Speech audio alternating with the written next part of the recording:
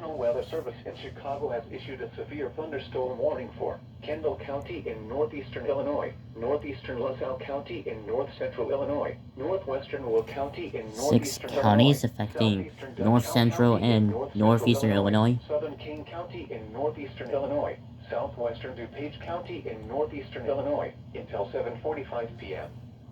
At 7:06 p.m., severe thunderstorms were located along a line extending from Colton to There's light risk happening in Oklahoma, Missouri, Kansas, and Arkansas. Hazard, 60 miles per hour wind gusts. No tornadoes. Source, radar indicated. Winds, they're significant in Oklahoma and Kansas. Entries.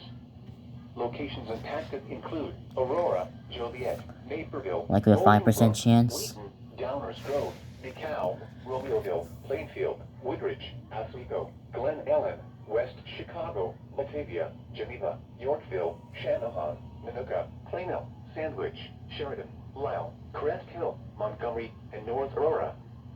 For your protection, move to an interior room on the lowest floor of a building.